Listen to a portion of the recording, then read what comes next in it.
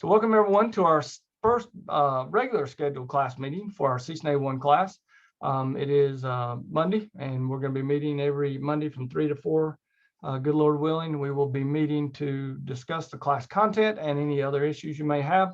And one thing I want to do is, again, thank all of you for working to get your introductory class assignment finished. If you have not done that inside of Canvas, I need you to do that as soon as possible. Because that is an absolute requirement. If that is not completed, I will be required to drop you from the class. So if I reached out to you this morning with your information about needing to do that, please do it as soon as you can. The other thing is, in order to access the content for this class that I'll be showing you here in a second, you've got to use those seat tokens that I put in with the email that has our class recording from 4/1 last week. So last Thursday, I sent out the class recording. And also sent out all of your seat tokens, and this document was attached to that email. It gives you the step-by-step directions on how to redeem your seat token. And if you already have an existing account, make sure you use that you have a current existing Networking Academy login. Now, again, the Networking Academy login has nothing to do with Stanley's login, has nothing to do with your Stanley email address. This is a totally separate system. So if you don't know if you have one or not, you probably don't have one.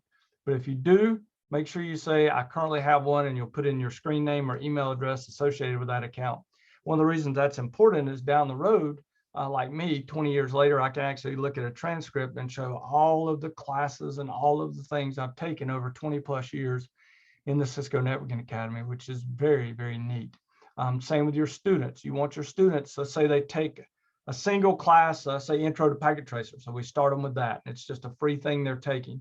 You want them to use that same user account when they start taking your CCNA 1 class, because you want it to show on their transcript they've had that Intro to Packet Tracer. So every class they take, when they get done at your university or your school, they'll be able to say, hey, I've got this transcript that shows I've had all of these Cisco Networking Academy classes. So that's why we try to only have one account and have that account associated with you throughout your entire Cisco Academy career. If you are new, you click new, and it's going to ask you for your first and last name and an email address. I personally use my Stanley email address or my work email address for my instructor account. You don't have to do that. You can use your own personal email account, and some people do, but that can also be changed later. So if you happen to change schools or go somewhere else, you can change it, but just be aware that it will ask you for an email address. It does ask for a student ID, and for that student ID, you don't have to put anything in at all. You don't have to put in a student ID, and that's not shown on this document, but it shows a student ID. I would just leave that blank. Put seat token in, and then you will receive an email telling you how to then continue and finish up your Networking Academy account creation. There's a couple things it's going to ask you. Would you like to receive emails from the Academy? I strongly recommend saying yes to that, because they do not send out a ton of emails. And I know I've sent a bunch of emails to y'all folks, but one of the things I don't want you to do is to say, A, Kelly didn't contact me, or B, Kelly didn't contact me with enough information. So I'm trying to give you all the information I possibly can. I apologize if it seems like you're getting a lot of emails from me, but I am doing everything I can to get you up and going in this class. But on that account profile, will ask you if you want to receive emails from the Networking Academy. I would say yes, because you'll get emails like when new curriculums come up, when a curriculum is being changed, when there are major events going on, when there are opportunities for your students. All of that will be inside of that. Additionally, one of the things you will learn as we go forward, inside of NetAcad, right up here, you will see there's a bell with a drop down that tells you news and events for students. So if you're a student and you log in and you click right here, there's a list of news and events for students. Okay, so what's cool about Python? Well, everything. So this is talking about Python and what Python is. And then you also will see here platform updates, alumni courses, are you job ready? So this is a section that is all about what the students can do and get from the Academy. Then there's a section for news and events with instructors. Now there's a lot of overlap with the students, obviously, but then there's also different items here. So this Network Security 1.0, in fact, that just came out today. And so this is the replacement for CCNA security. And that is interesting because we were told that would not come out until July. So I am now amazed it is, which is kind of good because I'll be able to cover that in my class meetings that are starting later this week. But you'll see here under news and events, it's a good idea to check this. A lot of times this is also what's sent to you via email. And so you can go in here and look at these different things to learn about what's going on inside of the academy, which is a good thing. So be aware that is there. Today, what I want to cover, folks, is I want to talk about the class components. Now, we've got an interesting situation in this class because most of you are brand new to the academy. In other words, you've never had an academy class before. You're not really familiar with the academy at all. And so we've got two things we've got to teach you. We got to teach you the content and we got to teach you how the system works. So what I want to show you first is that there are three main pieces of content. There are others because there are assessments that I did not list here. So there are actual chapter and module tests. If I ever say chapter, folks, it used to be for years, the individual modules were called chapters. Now they're called modules. So if I call them chapters, I mean modules. But the three main items that you have is the reading or the content, packet tracers, which are your hands-on packet tracers, and what I call look and see packet tracers, and your labs, which are the written labs and the equipment-based labs. And we're going to discuss all of those in detail. First thing I want to do, though, is I want to just show you the content. So when I tell you for this week, read module 1, what I'm expecting you to do is to come into NetAcad, log in, go to I'm Learning, go down here to Launch Course, and then you're going to scroll down until you see modules 1 through 3 course content. You will click here, and then just like I mentioned on Thursday of last week, this is the course content. This is your textbook. This is what you need to read for module 1. Now there are videos in here that go over everything from downloading. In this case, it shows you how to download and install Packet Tracer. There's also right here your very first Packet Tracer assignment that I'm going to walk you through and show you here in just a second. All right. But then as we move forward, you will see this is our content. So this is our book. You do not have to buy a book. This is one of the beautiful things about this particular course and the courses for your students. One of the major issues for students is the cost of textbooks. Well, really, with this curriculum, you don't need textbooks. You don't have to have the textbook for this. Now, I will tell you, some people buy the textbooks that map to the content because they can sit and read a book. I like to suggest in many cases, instead of buying the content, the book that matches the content exactly, buy the certification study guide or buy another guide on the CCNA and read those components in a separate book. I like to tell people that it's good to get more than one primary source for your content. This is obviously excellent. You don't have to get anything else. But one of the things I've learned over my career is that I may read about host roles in the curriculum here, you know, the difference between a client and a server and peer-to-peer networks. And then I don't understand it here, but I go and read it in another book by Todd Lamley or another book by, I've published some books, but of course my books are out of date.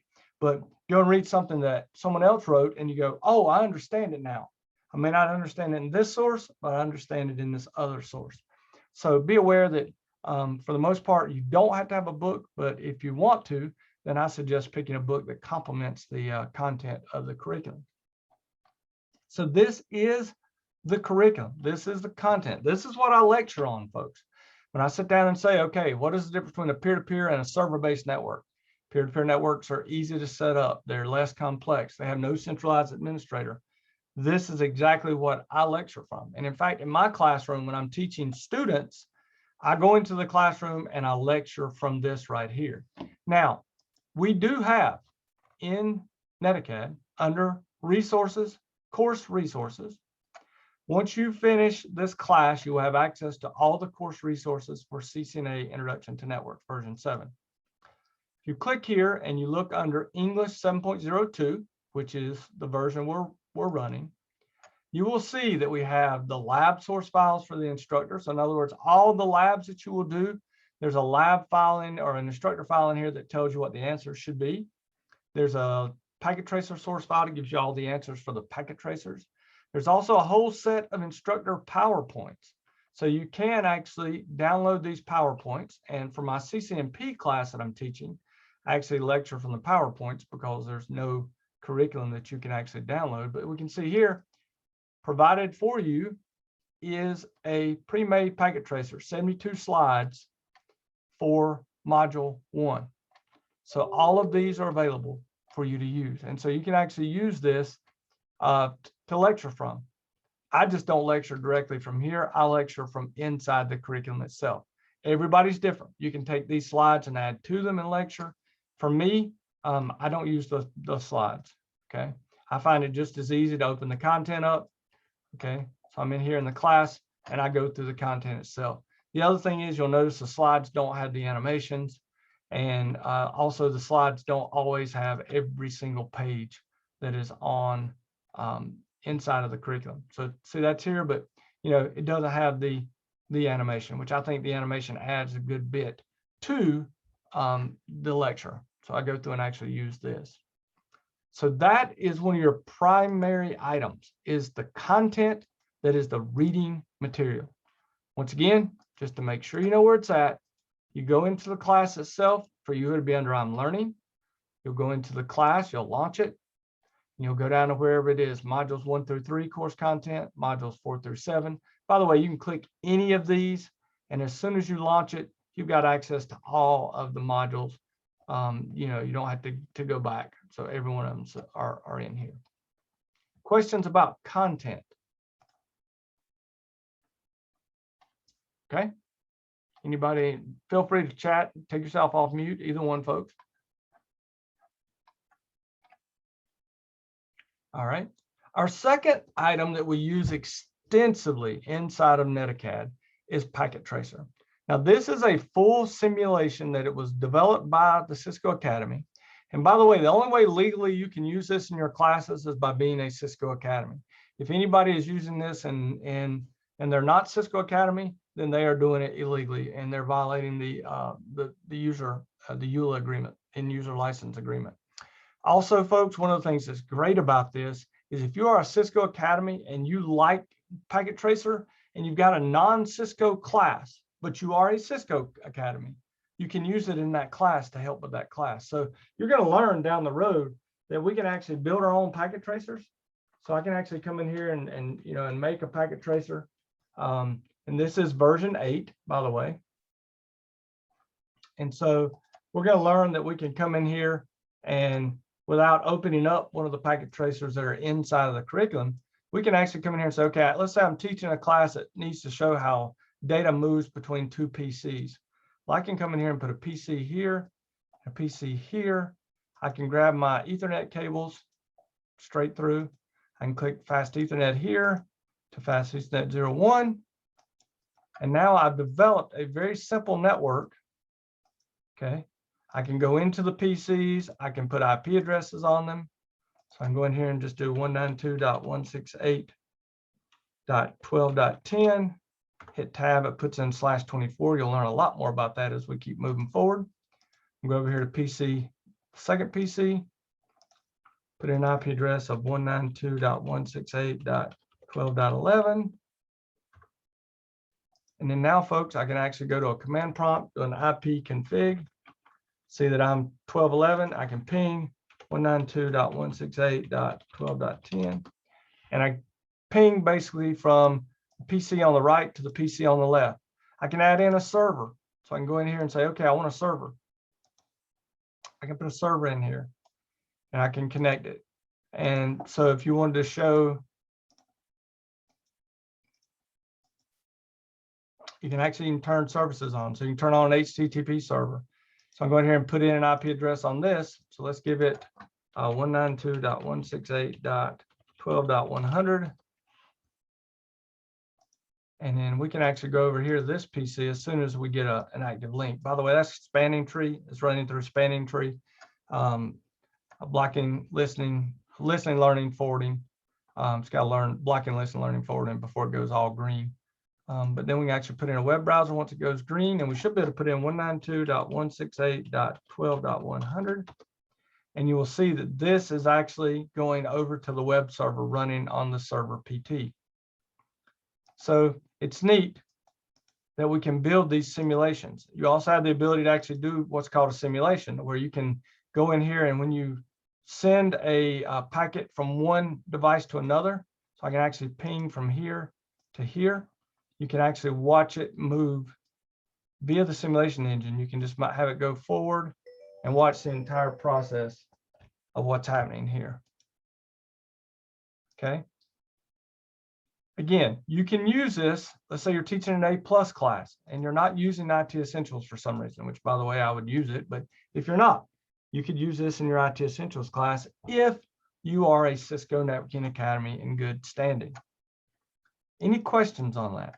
This is a very powerful tool, an amazing tool, really, when we get right down to what's available, because I'm going to show you a couple other things it can do that are really amazing.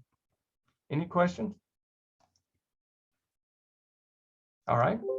So what I want to do now is show you that some packet tracers, or I call them PTs, by the way, are graded, and some are what I call look and see. So I'm going to show you in the curriculum right now. One of the things you've got coming up that's going to be due is packet tracer 105. Okay. Now this packet tracer, if you go and look in the curriculum itself, as we look and we're going through and we were looking at the first couple pages, one of the very first things here is this packet tracer 105.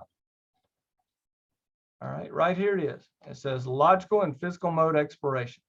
If I click right here and I have downloaded and installed packet tracer, it is going to open up packet tracer for me. Let me close this out. And then it's opening on my other screen over here, folks. So you can't really see it, but I'll pull it over in just a second.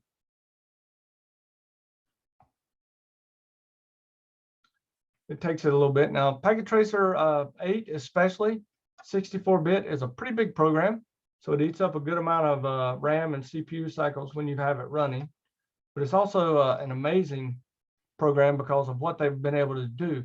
They developed packet tracer 8 to meet the needs of academies during this COVID crisis.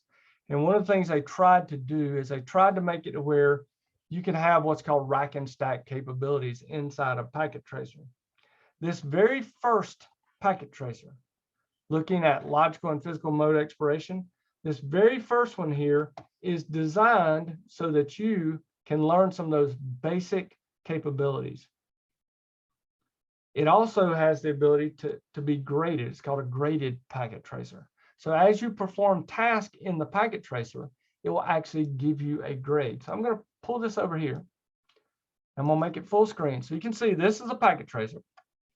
And they want you to investigate the bottom toolbars. You're going to look down here and read about different devices, so network devices, end devices, components. Packet tracer even supports IoT, so you've got the ability down here now to put in IoT boards and sensors and actuators, all types of neat little things. But this particular packet tracer, when you go to do it, it's going to say, for instance, if you want when exploring, return to physical mode. Now I can look at logical mode. Now this is the logical mode. So this is showing you how the devices in this network are connected logically. So this is their different IP address schemes and all those items. The physical mode shows you the overall physical connections. But it says in the top blue bar, click physical, then use the navigation panel for back and navigate to inner city. Click on Seward. So I'm going to click on Seward. It says then click on branch office. So I click on branch office. It then says click on the branch office wiring closet, which I do. Now you'll see here is a wiring closet. You've got a packet tracer router here. You've got 2 switches that are installed in the rack. You've got a wireless access point in the rack. You have a server in the rack. And you'll see here it talks about these different things here. You can hit the control button to zoom in to show you this packet tracer and how it works. Okay. But then you'll notice too, you see where it says completion 0%. It's going to have you do some task in this packet tracer. So it says investigate the cable pegboard, includes console cables, which that's a console cable. See, it'll tell you console. It has straight through cables. It has straight through or fiber cables. And then it has coaxial cables and it has USB cables. So this says click physical mode, click a copper straight through from the tape, from the cable pegboard. Float your mouse over the ports on PC1. Now see, PC1 is right here. It's a little hard to see, so you zoom in. See where it says PC1 here.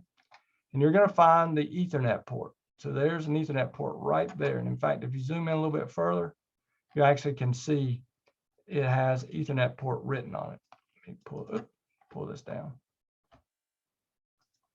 So I'm going to go back over here. You'll see where it says fast Ethernet 0. So you're going to float PC1, so that's fast Ethernet 0. And then this is the US RS-232 port. So if I hold and zoom back out, what we're going to do, it says, all right, we want you to get a straight through cable. Click on the wrong thing, sorry. Take a straight through cable, and we're going to connect the Ethernet port on this server, so fast Ethernet right here, to any port on switch LS2.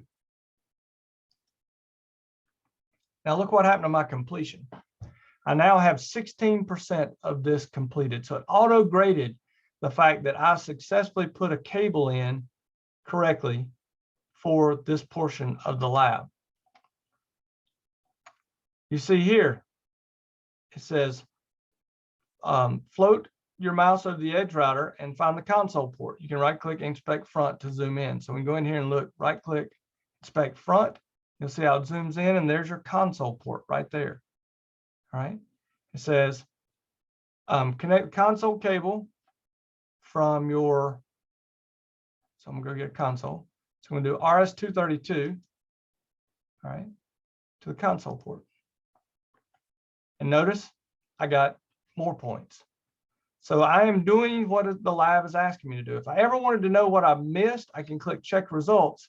And unless it's a troubleshooting packet tracer, you can look under assessment items and it will tell you what you've done correctly or what you have not done correctly. Click close.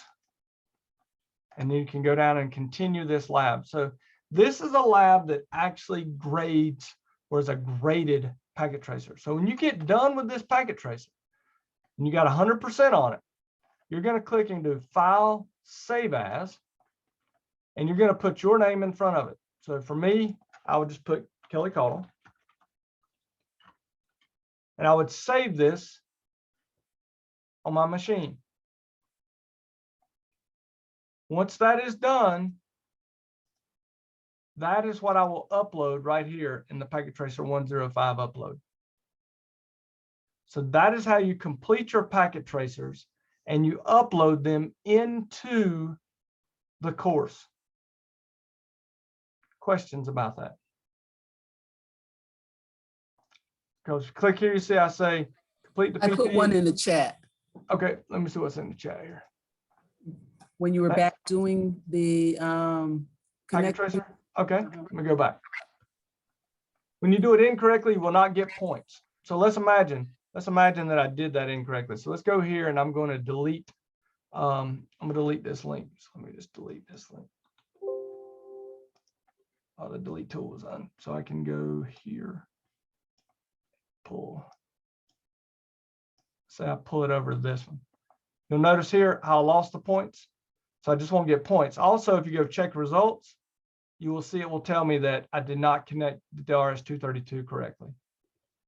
So I'm able to see in two different places. I didn't get the points.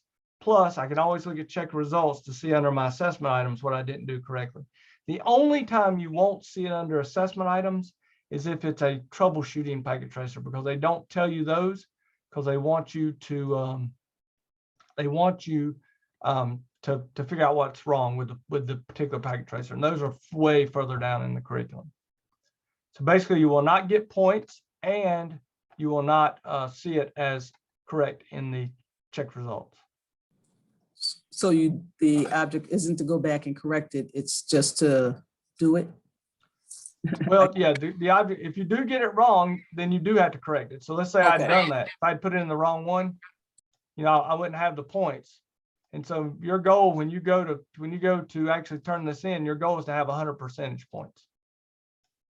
So if you had that and you thought you were finished and you went over and said, oh, wait a minute, I don't have PC1 connected to the RS-232 correctly.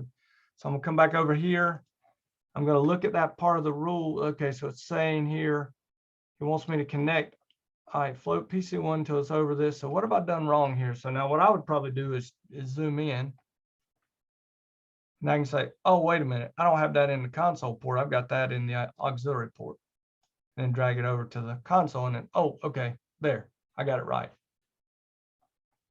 Okay, that was my question. Do you keep doing till you get? Yep, keep doing it till you get 100%. That's our goal, is to always get on the ones that have a completion percentage. We're trying to get 100%. Which leads me to my next item, which is this. There are some packet tracers that are graded, and there are some that I call look and see packet tracers. Our second assigned packet tracer that we have, which is 1.55, I do believe. 1.55 is a different packet tracer. It is designed so that we're not really doing any task. We're just looking at what is in the packet tracer. So let me go in here and I'll show you a quick way to find all your packet tracers, by the way. You can always go to your course index, uncheck all, and just check packet tracers. And you'll see it shows you the packet tracers. So this is called network representation. When I go in here and open this packet tracer, it's going to be a little different than the previous one. I'm going to go ahead and close this one so we don't have two of them open, because it can cause, especially with a lot of, it's not as big as some of these are. This is a look and see packet tracer. In other words, it's just asking you to read through the packet tracer, look at the different components. So you'll see here, there's no, if you do a check results, there's no check results. You can't do anything here, because all this packet tracer has you do is look. It's having to say, explain the difference between LAN and WAN, give examples of each. In the packet tracer, how many WANs do you see? Okay, so wide area networks, I'm seeing, you know, one, two, three, basically. How many LANs do you see? One off of here, two. Actually, you could say 1, 2, 3, but central, branch, and home, those are all LANs, local area networks. And so it's not really designed for you to do any configuration or anything on the, it's just designed for you to read through it and use the knowledge you've gained in the class to apply it to this packet tracer. So if you get a packet tracer like this one, all you can really do is go through and, you know, do the lab, look at it, maybe keep your own notes, which is what I suggest, that you keep your own notes. You're still going to save it and upload it with your name in front of it, but there's really nothing to check on this one. So a lot of these, you'll have some down the road where you're going to look at how a packet moves through the network. You may see how an ARP request, which is an address resolution protocol request, takes place. That again will be what I call a look and see packet tracer. If you ever do check results and it says it's locked, or it doesn't provide you with anything, it just says 100% automatically, that means it's a look and see packet tracer. Any questions on that? But that's really one of the great things about packet tracer too, though, is that we can build packet tracers like this that let you just look at a network and take your knowledge. And that's really the key of the Networking Academy program. It's not just the materials that you read. It's not just the labs that you use in packet tracer and the hands-on labs to do configurations. It's also then taking that knowledge and applying it and trying to look at it and integrate it at a deeper level of Bloom's taxonomy than just regurgitating it, which is one of the things I really like about the Cisco Networking Academy content. You'll also notice that on each page, a lot of times there are little tests or little chapter quizzes that we have at the end of each particular section. That again is an item that is just more of the pedagogy to help you with your students to learn and help you to learn the materials as you're going through. Okay, so that's packet tracers. Any questions about those? All right, we now have labs. The labs are one of two types. One is going to be a written lab with no equipment. That is actually what you have for this week. your lab this week, which is lab 193, okay? It is a lab, and again, I'm gonna go to the course index to make life easy on myself and just click labs. You'll see here, this lab is a research lab. So what I would do, this is a PDF, but what I would suggest, folks, I hope everyone knows that Word will open PDFs. So open this in Word, answer the questions, and then you will upload this document with your name and then the title or the number of the lab. So this is 155. So you would do, for me, Kelly Caudle 155 or 193, excuse me, 193 for this lab. But you'll see your instructions. You will open a web browser and look at popular job sites. Monster.com, I'd use Indeed.com more than any other. I was actually looking in the Richmond area today because I was working with a school there and found around 4,000 jobs that mention networking in them. So, we can go to Indeed.com and let's look up, let's just try Cisco just to begin with. And let's do Norfolk. See, find jobs, see how many. Okay, didn't find any with just Cisco, but let's do networking because many times you get too detailed. 597 jobs for networking.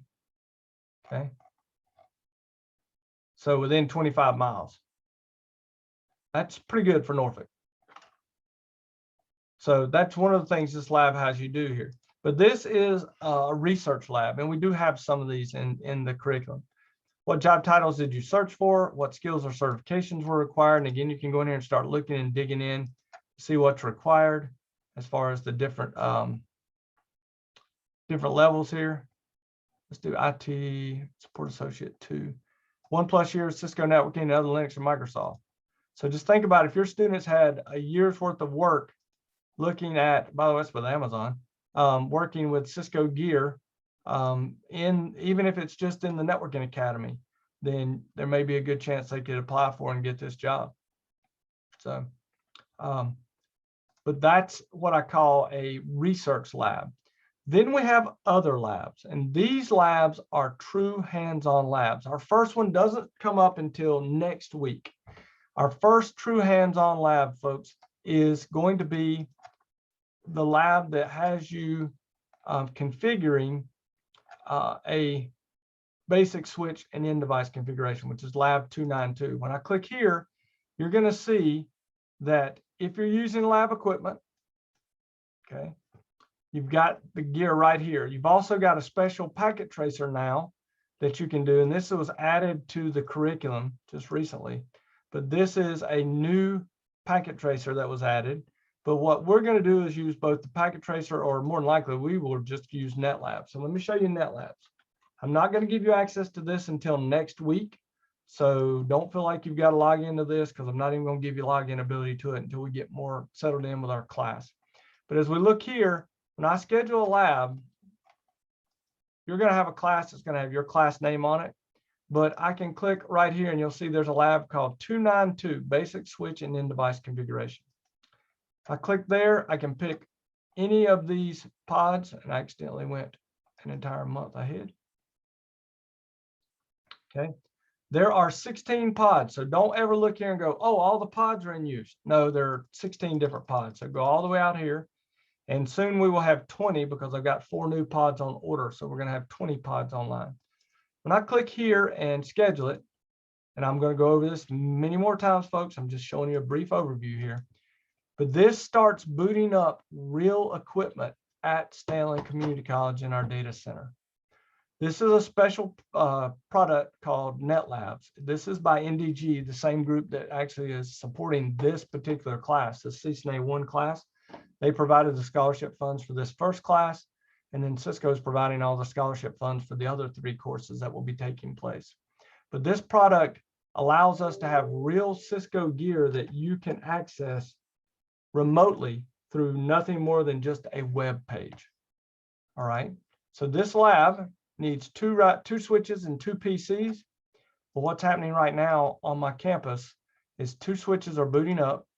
So if you're familiar with actual switch booting, you'll see that this is a true switch booting here. And then I've got 2 PCs that are booting that are virtual machines. And basically, You'll see it's the same lab. It's been updated for Netlabs, but it's the same lab, and you will sit here and do the real lab. With these labs, the neat thing is, as long as you're using Netlabs, I can see every single command that you type in. So when you put in the commands on the devices, I can see it, which is one of the great things about this particular class or this particular product. You won't have Netlabs at your schools. You will probably have real gear in a classroom, or you may decide just to use Packet Tracer, although I'm a strong proponent of real gear.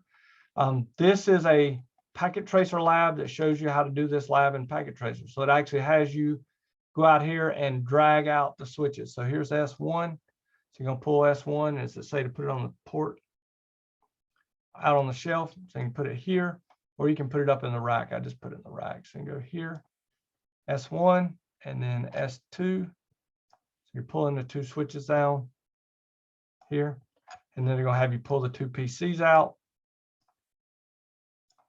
And then, of course, you could put your straight through cables here going, is that PCA? Yes, PCA going to switch 1, port 6.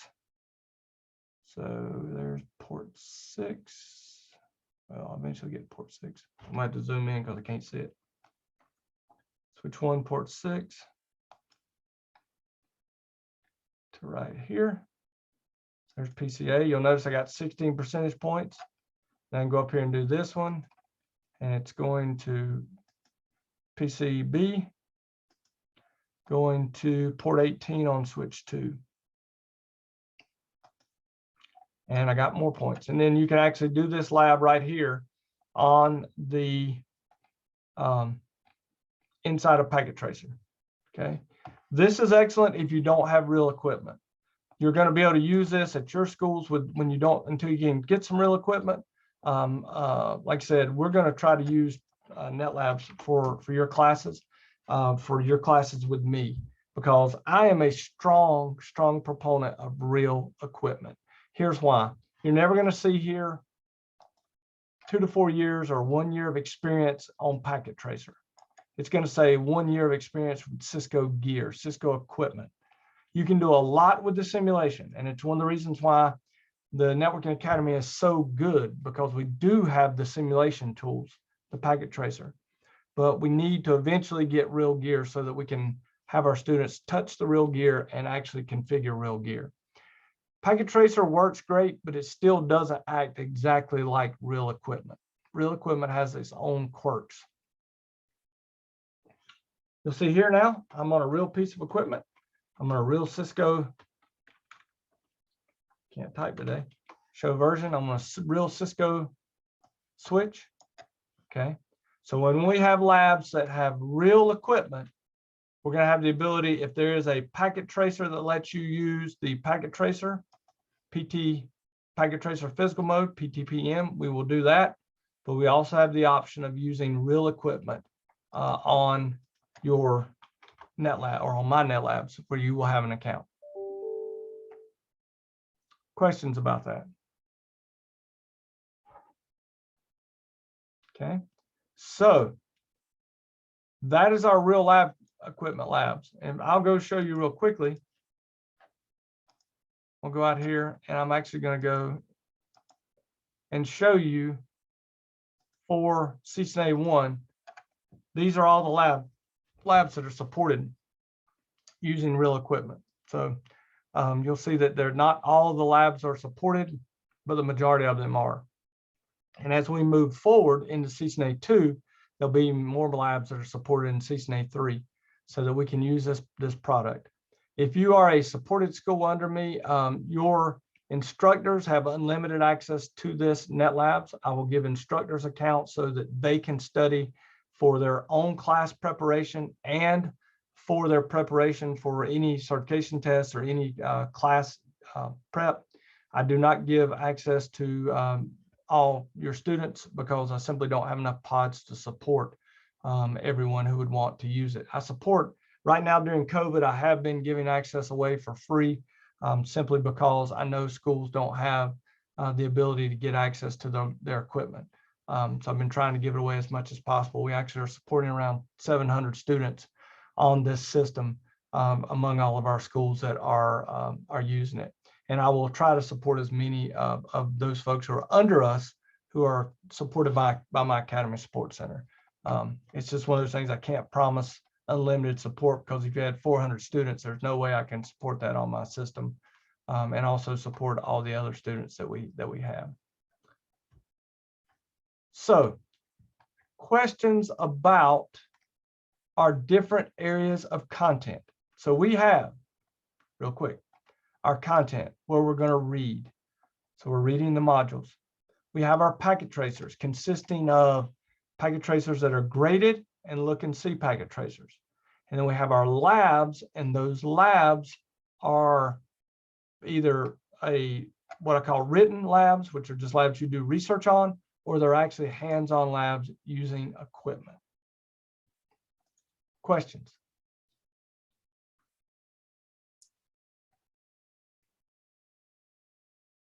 No questions at all? Anybody in no chat? So since I'm here, Yes, can you hear me? Yes, Darren, go ahead. I had to step away for a moment. I saw you like download all the packet tracers for the modules. Did I see that correctly? You did not, but it is possible to do that once you become an instructor. What you can do is this: you go in once you're in the content. So we've come in here and we've gone to course content. Okay. Yep. Once we're in here, you can go to the course index. Yep. And then uncheck all. Yep. Check just packet tracers, and it will show you all the packet tracers. And then you can click here and go to each one of those individual packet tracers and download them if you want to download them all at one time. Gotcha. Okay. All right. Understood. Same thing with labs. You can do that with labs. So you can go in here and you can download each. Like this is see this research networking standards. That would be one of my research labs. It's not hands-on lab. Gotcha. Yep. Thank you. Now down the road, I will tell you, once you've completed the course fully and you have access to it, you actually can go in here, and there is a way as an instructor to just download all the packet tracers. Gotcha. But Okay. you don't have access to this until you finish the course, because it's also got all the answers in it. Understood. So they don't want you to have that until you've actually become accredited. But once you do, now some of you may actually be able to see this if you are a main contact or have the staff or support role. By the way, if you do see under my NetAcad and I'm managing item, that means you're either a main contact or you have a support advisor role or other type of support role under the academy. Most of you will have just the I'm learning tab and maybe the I'm teaching tab. Eventually, most of you only have I'm teaching and I'm learning. You will not have an I'm managing tab. That's just for whoever's the main contact and support staff. Okay, that's what I needed. Thank you. Excellent. Thank you very much. Any other questions? How long will we have access to the resources after the class is completed? As long as you're a member of the academy and you have an existing account, you'll have access to it. Okay, cool. And as long as you can log in to netacad.com and you are accredited for that class, you will have access. Thank you. No problem. Anybody else?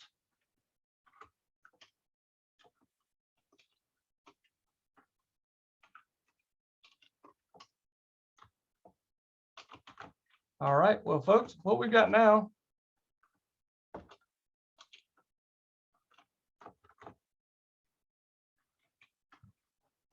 is for the rest of this week, you need to read module 1. There's 2 packet tracers for module 1 that are due this week. The first 2 packet tracers for module 1, and then the module 1 lab that is due this week. And that is all you have to do this week to get yourself going. So I'm not giving you a whole lot this week to do. I would suggest if you finish reading module 1, go ahead and read a couple modules ahead just to kind of get yourself going. But you'll see that PT 155 is due on the 8th, and PT 105 is due on the 8th, and Lab 193 is due on the 8th. Now, let me tell you something. All my lab assignment due dates are not written in stone, folks. I'm not going to fail you if you turn in Packet Tracer 155 on the 9th or the 10th. I put in due dates in the syllabus and here, because if you're like me and you don't have a due date, it won't get done. So I have to have a due date, so I have something to shoot for. So if you miss it by a day or two, or you get behind, or it's faculty break this week and you just don't want to work on it this week, hey, that's fine. Just try to catch up when you can. Just be aware that I'm not going to fail you if you don't meet the due dates. I've got them there just to keep you on track so that you won't get to the end of the class and suddenly go, oh my goodness, I've got all this work to do. So I want you to be aware of that. My due dates are flexible. I don't fail you. I don't even count off points. Now, that's not true for my students. If you were a regular student, yes, I would be taking points off. But in my instructor training classes, I realize you have full-time jobs, you have families, you have a lot going on. So I try to be as flexible as I can with assignment due dates and those things. So just be aware that that's something to, don't freak out. That's another one of my rules. We don't freak out in any of my classes. We are adaptable and will overcome any challenges that we have come up. All right. Any other questions? All right, I'm going to stop my recording.